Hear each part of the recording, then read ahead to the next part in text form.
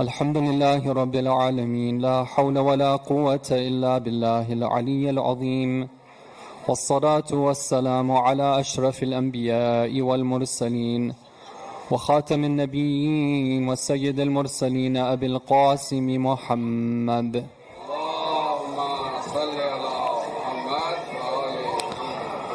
وعلى آل بيته الطيبين الطاهرين المعصومين.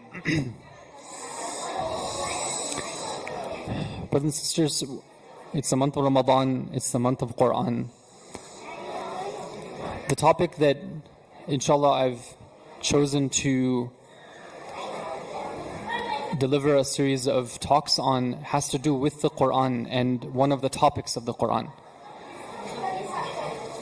In hadith, we're told that whenever somebody spends time with the Quran, they gain something and they lose something. Whenever somebody spends some time with the Quran, they gain something and they lose something.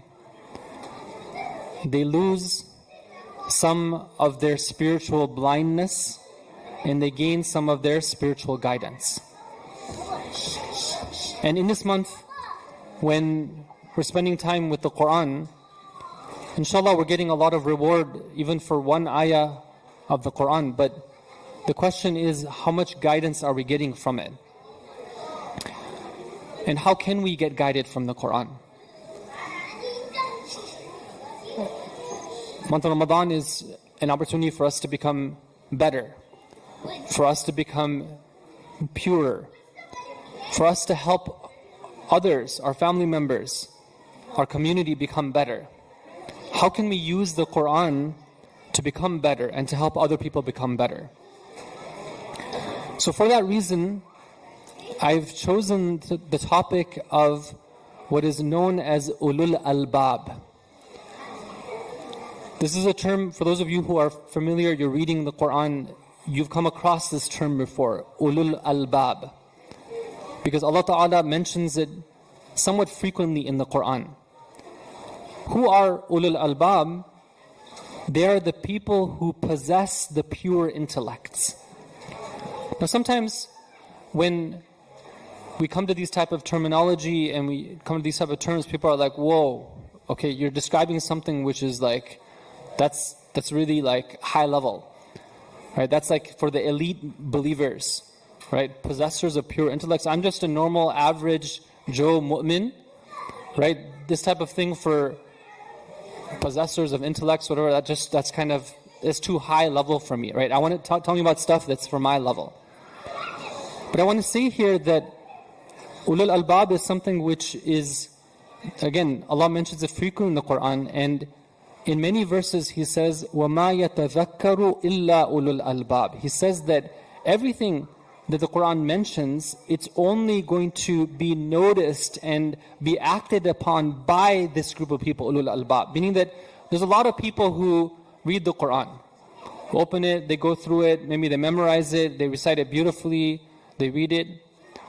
But those who actually take from the Quran are the people who are known as Ulul Albaab, the people of the pure intellects.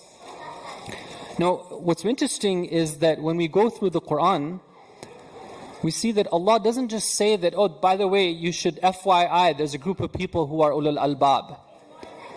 Allah describes the characteristics of this group of people. What kind of people are they? Right? Who makes it into that group? And beyond that, Allah describes how we can take the path of becoming the people of possessors of pure intellect. So there's a whole path of guidance in the Quran for who they are, what's their characteristics, and how to achieve and attain that status of possessing a pure intellect.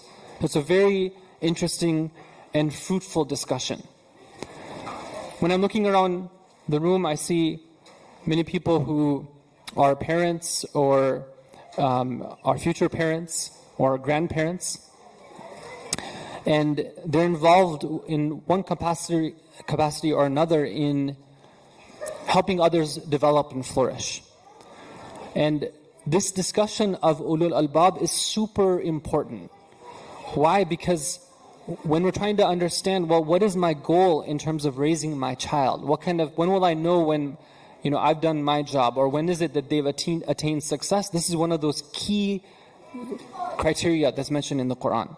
That if you can raise a child to have an intellect which is a pure intellect, then you've done a good job.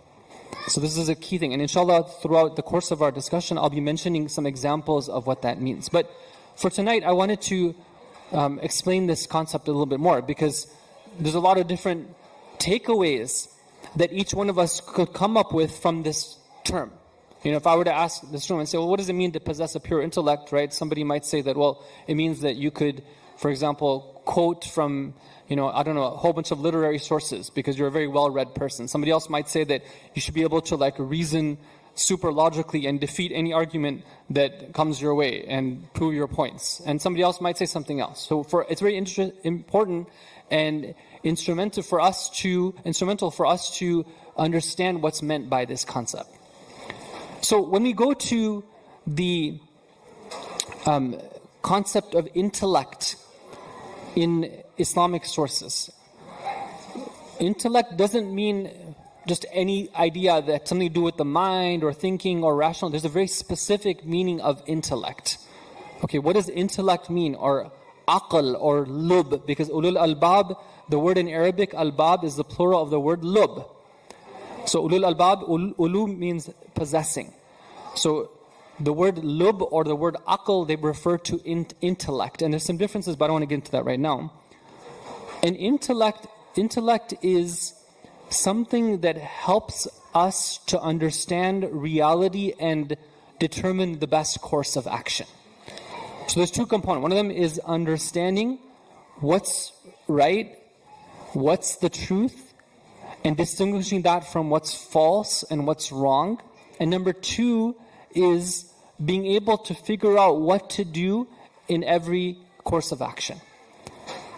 And this concept of having that ability to understand the truth and to be able to act on it and decide what to do is something which is very highly praised in the Quran and in the traditions of the Ahlul Bayt. And I'm going to give a couple of examples because they will really help us, inshallah, to understand this concept in a deeper way. So there's one hadith narrated from Imam Ali alayhi salam where he says that one time Jibreel alayhi salam came to Nabi Adam.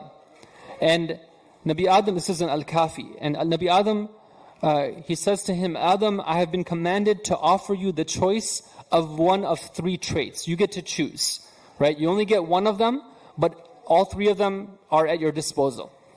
What are those? Nabi Adam asked him, and Jibreel answered, they are, number one, intellect, number two, decency, and number three, devotion. Now, what does that word mean? Intellect, decency, and devotion. Intellect is the ability to recognize the truth and then make choices according to that. Decency is what? Decency or haya, right? Let's think about it in a broader sense. Decency, if you think about what does it mean to be a decent person, it means that whenever you have the possibility of falling into something bad or evil, you stay away from it. Right? You recoil from the idea of doing something bad or something which is evil. That's decency. And devotion is when there's something which is good or you think that it's good, right? You go for it. Okay, now I know that some people in this room are readers and they like to study and they want to get deeper knowledge of Islam. So I wanted to just take a moment here to mention a book which is known as the commentary on Al-Kafi, the book of intellect and foolishness. And it is by the Islamic Text Institute and authored by Sheikh Rizwan Arastu and a group of scholars. It's an excellent resource, and if you're interested in this topic, you can refer to that. Anyhow, Nabi Adam is presented with this choice, and Nabi Adam says that I choose the intellect. And then Jibreel says to decency and devotion, he says, go away, because Nabi Adam has chosen the intellect. But Allah orders and says to them, and they say to Jibreel, we've been ordered to remain with the intellect wherever the intellect is. Okay, meaning what? Meaning that, let's talk about practical examples here. Okay, there are times when there are people who are devoted to something, okay, but because they don't have a strong intellect, their devotion actually leads them down the wrong path. Right? We have examples of this. For example, let's say I have a friend and I'm really devoted to my friend and I consider my friend to be pure goodness. And I'm devoted to them to the point where my friendship actually deviates me from the path of Allah. It happens.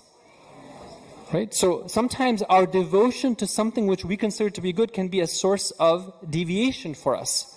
But if we have intellect, we say that, okay, well, is my friend a source of goodness in all cases? Right? Or is there a possibility that my friend can also be a source of deviance for me? And I'm always analyzing that with my intellect, and I understand at a certain point that what I think to be good is not good for me. It's actually bad. Okay, and there's other examples as well, where devotion can cause misguidance to somebody. Now when it comes to decency is staying away from what's bad, right? Maybe I think that something is bad, but it's not actually bad. Right? And because my intellect is weak, I haven't been able to understand that. I'm stuck. And it happens all the time, right? Where I've been raised with a certain cultural understanding of what's right and what's wrong.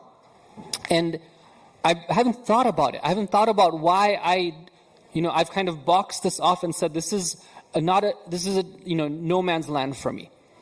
Right? But then if I were to ponder upon it, I'd realize that, look, this is false. I've created some false barriers around this thing. And it happens. Right? There are some people who, maybe when it comes to certain religious practices, right? When it comes to certain types of ibadah, when it comes to certain wajibat, they're like, I'm there 90%, but this 10%, I can't do that. Why? Because culturally, that's not what we do. Okay, well, that's not what we do, meaning what, right? Is that Islam or is that coming from something else?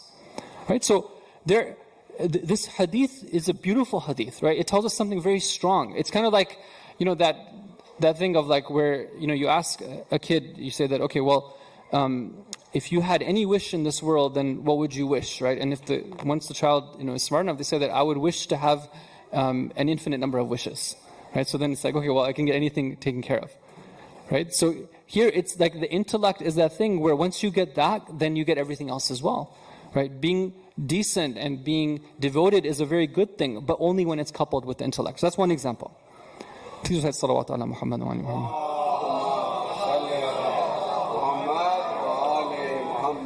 In another hadith, the Imam alayhi salam tells us that when somebody has an intellect, the sleep of one who employs his intellect is better than a fool's vigil. What does that mean? It means that there can be somebody who is staying up the nights, for example, and they're worshiping Allah, and they're engaging in the night prayer, but they're not doing it with an intellect.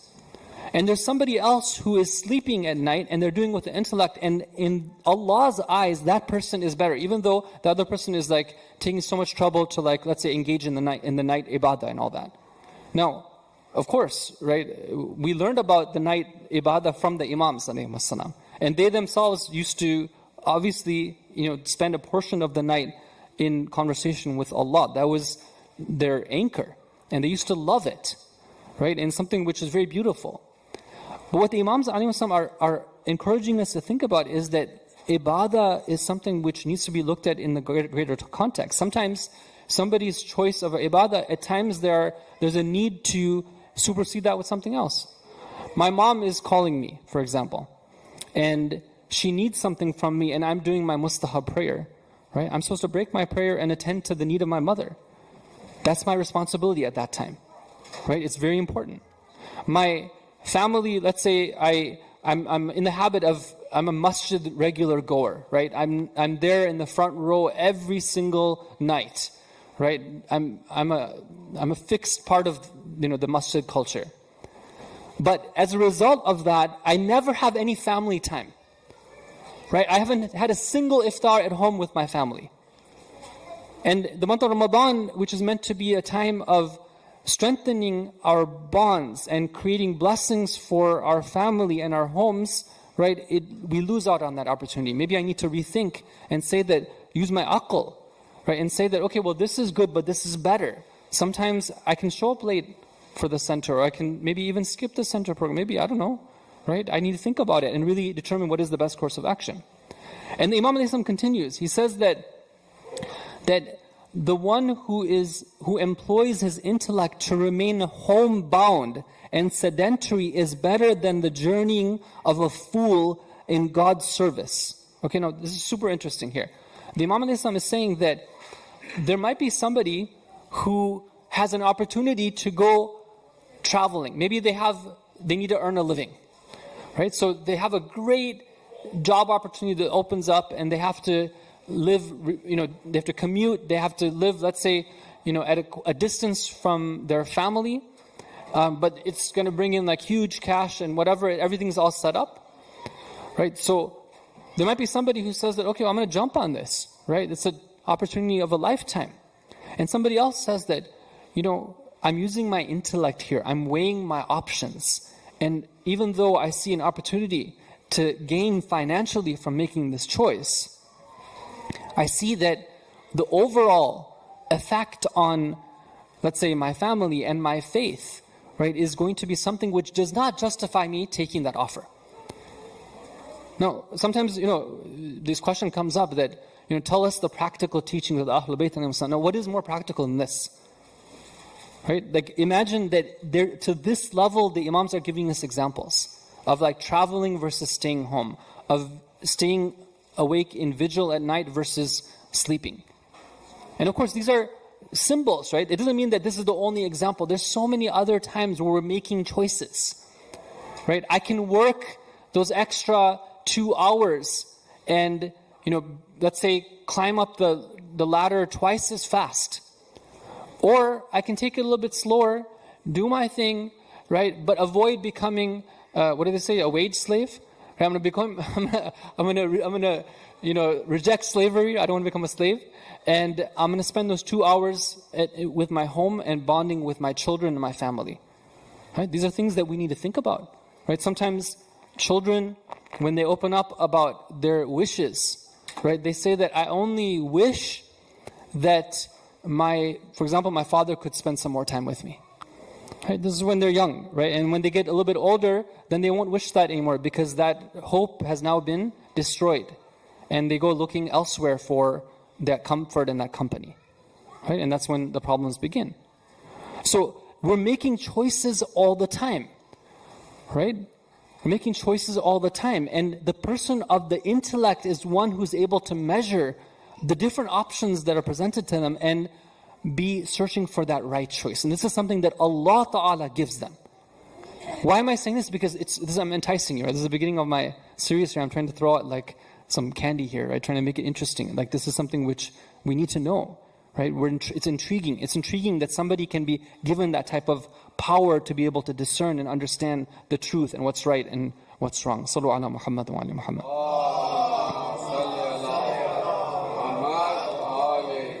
Now, I don't want to extend our discussion too long. I'm just going to be moving towards the last portion of my talk for tonight. And then, of course, inshallah, with the help of Allah, I want to continue. But I want to narrate a very interesting incident that took place in Islamic history that's narrated in our books of hadith, which relates to this topic of intellect. And it's going to help us to understand more. So, we have an ayah in the Quran which is from Surah Ali Imran, which I want to mention here at this point right here. And I know that some people maybe aren't so familiar with like the ayahs of the Quran. They haven't memorized them, and it's hard for them to follow. So just an idea that if you go to lectures like this where it's centered around the Quran, it's a good idea to have your own Quran with you, or to have your app, your favorite app that you're pulling up and you're trying to see and note. It's amazing how sometimes Allah makes it in a way where, we listen to a lecture and 10 years later we don't remember anything that person said, but we remember that ayah. Right? The ayah sticks with us. Right? So this is something that I just want to encourage everyone. This is from Surah Al Imran, ayah number 7. Allah says, A'udhu billahi minash shaitanir rajeem. هُوَ الَّذِي أنزل عليك الكتاب منه آيات محكمات هن الكتاب وأخر متشابهات فأما الذين في قلوبهم زيغ فيتبعون ما تشابه منه ابتغاء الفتنة وابتغاء تأويله وما يعلم تأويله إلا الله والراسخون في العلم يقولون آمنا به كل من عند ربنا وما يذكر إلا أولو الألباب. صدق الله العلي العظيم. Allah in this ayah, this is one of those really key ayahs of the Quran. Like if you're trying to understand how to approach the book of Allah, this is one of those ayahs you have to read. You have to study, you have to understand. Allah says that He is the one who has sent down to you this book. But the ayahs of this book fall into one of two categories. Either they are the ayatun muhkamat, they are the definitive verses. Meaning what? Meaning that the meaning, according to the great Mufassirin, the meaning of the ayah is very clear. Right? If you read it and you have a good understanding of Arabic language and you're trying to understand the truth, you will get the understanding of it. Okay? Of course, it doesn't mean that simple meaning. The Quran has layers and layers of depth, but the meaning is something that you can derive. And then there are other ayat in the Quran which are metaphorical. Right? They have different meanings that you could take from them. You have to approach them carefully. You can't just come with it and say that, oh, this is what it means and for sure, and I got it, I'm going to move on. No, you have to approach them very carefully. Right? There's a technique for understanding it, but you have to go about the right procedures. Then Allah says, as for those in whose hearts is deviance, they have corrupted hearts, they pursue what is metaphorical in it, courting temptation and seeking its interpretation. But no one knows the interpretation except Allah, and those firmly grounded in knowledge, they say, we believe in it, all of it is from our Lord, and no one takes reminders except those who possess intellect. So the last part of this ayah has to do with our topic. It talks about Ulul Albaab. Now the hadith says the following. It's from one of the companions named Yunus ibn Dabyan, and he's talking to Imam Sadiq alayhi salam. He says that, "O Imam, I went to this gathering, and it was a gathering where the head person was Imam Malik. You know, the one who are the Ahlul Sunnah consider to be an Imam, right? They're one of the four Imams, Imam Malik ibn Anas. So he says that Malik was there with his followers. And I was there, I just wanted to, see what it was like. I was hearing their conversations. So he tells the Imam that I was shocked by what I heard. I heard that some of them were saying that Allah has a face just like human beings have faces. Right? Why do they say that? Because the Quran talks about wajhullah. فَأَيْنَمَا تُوَلُّوا فَثَمَّ وَجْهُ اللَّهِ in Surah Baqarah. Right? Wherever you turn, there's the wajh, the face of Allah. So you're saying that these people are saying that Allah has a face just like the faces. And there are others who say that Allah has two hands just like everyone else has two hands. Right? Why? Because the Quran says, quoting Allah, that when Allah is talking to Shaitan, that say salawat please. He says, Ya Iblis, ma mana'aka an tasjuda lima khalaqtu biyaday astakbarta am kunta min al-'alin in Surah Sad, that, O Iblis, right, why are you refusing to prostrate, to do sajda to the one I created with my own two hands? Right? Quoting from the Quran here. So he's saying that some people are saying that Allah has a face. Some people are saying that Allah has two hands. When the Imam hears this, the hadith is very interesting. The hadith says the Imam he was in a relaxing position, but he sat straight up. And he's like alarmed by what he hears. And he says, Allahumma afwaka, afwaka. Oh Allah, we seek your pardon, we seek your pardon. And then the Imam alayhi salam starts to explain it. He says that if somebody says that, they've done shirk with Allah. If somebody has said that Allah has limbs and organs, then they have done kufr of Allah, meaning that they're believing in an Allah which is not Allah, right? And he says Allah is exalted beyond what they claim. And then he goes on to explain. He says that the wajh of Allah, meaning that if you want to find Allah, right? When you want to identify somebody, you look for their face. Correct? Right? Why is it that facial ID is so important? Because the face is what's unique, right? The face is what represents. So when you want to find someone, you look for the face. And he says, if you want to find Allah, the face of Allah is in the prophets of Allah and in the awliya of Allah. That's where you find Allah. They've taken the wrong meaning altogether. And then he says that when Allah is talking about creating with His own two hands, this is a symbolism for the power of Allah. Because Allah Himself talks about that in the Quran. He says, وَأَيَّدَهُمْ بِنَصْرِهِ. Ayyadahum is from the same word as yad in Arabic. Yad means hand. Ayyadahum means to lend them a hand, to give them a hand, literally. Right? But it's clear that when Allah is helping the Muslim armies gain victory, He's not like coming physically and giving them a hand. He's metaphorically aiding them and assisting them. So the Imam ﷺ then goes on to explain further, and then he switches the topic to talk about who are the people of the possessors of the pure intellect. Why? Because he sees that Yunus now understands how these people are deviated, but now he knows that Yunus wants to learn how to become the person who's not going to be deviated. How do I remain somebody who has that pure intellect? So what I want to just end the speech with here is this observation. Okay, and I want you, when we're talking about like intellect, right, it's important for us to be thinking, right? So if you put on your thinking cap and you ask yourself that, what was the error of the companions of Malik? Was their logic wrong? Right? And you ask yourself, you'll be like, okay, well, Quran says that Allah has a face. Right? And a face is like this is a face, that's a face, therefore Allah has a face. The Quran says that Allah has hands, and so Allah has hands, right?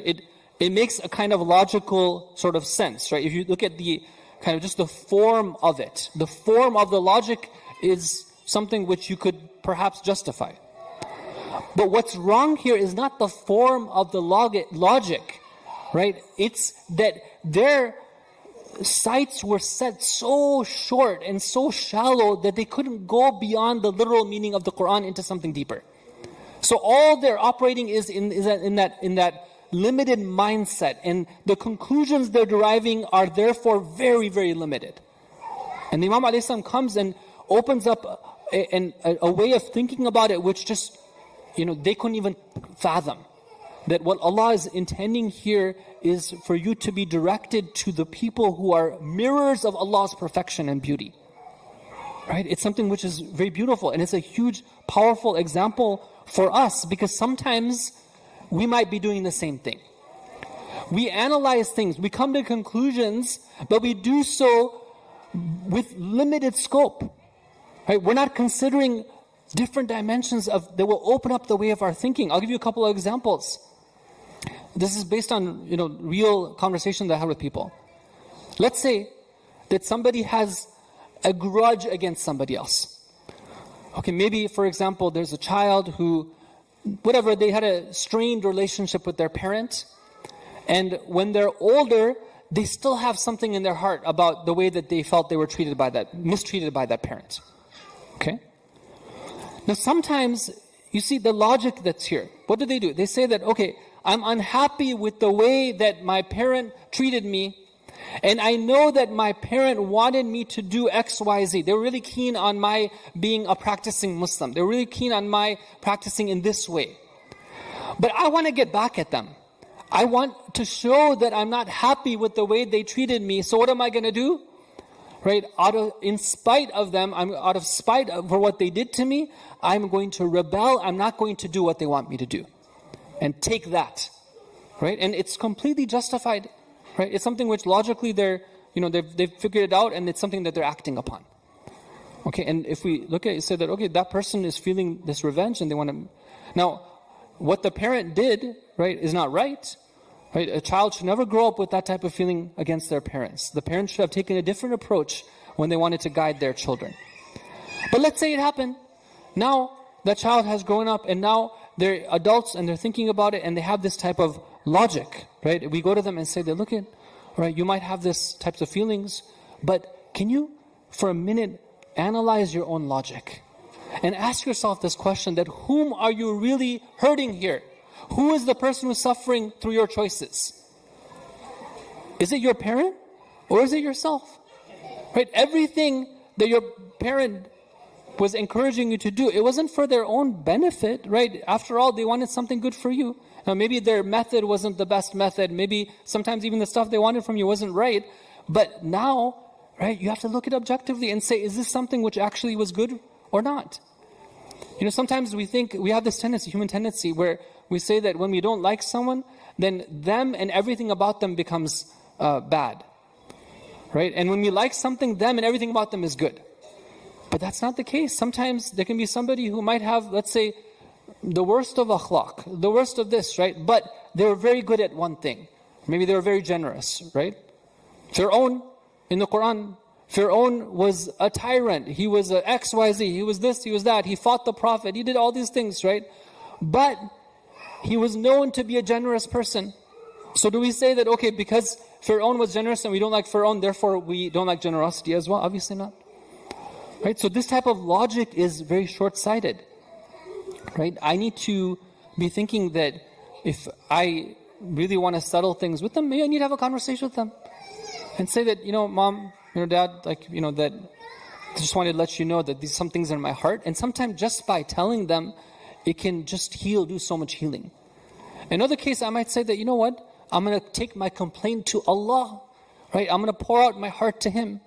And it's amazing how that 5-minute conversation can have such an impact in healing our hearts. And we can come out of that feeling like new people. So this is just one example of how not having a proper way of analyzing things can lead to our making bad decisions. You saw how the Imam a.s. was telling Yunus that these people are like this and like that, and he showed them a different way of thinking things, and that's something that we can look at as well for ourselves. Again, this is the month of Quran, and our topic is Ulul Albaab, the possessors of pure intellect. Inshallah, with the help of Allah Ta'ala, in the future nights, we'll look at some of the characteristics of the people of the intellect and how to achieve them. Wa sallallahu ala Muhammad wa alihi at-tahirin.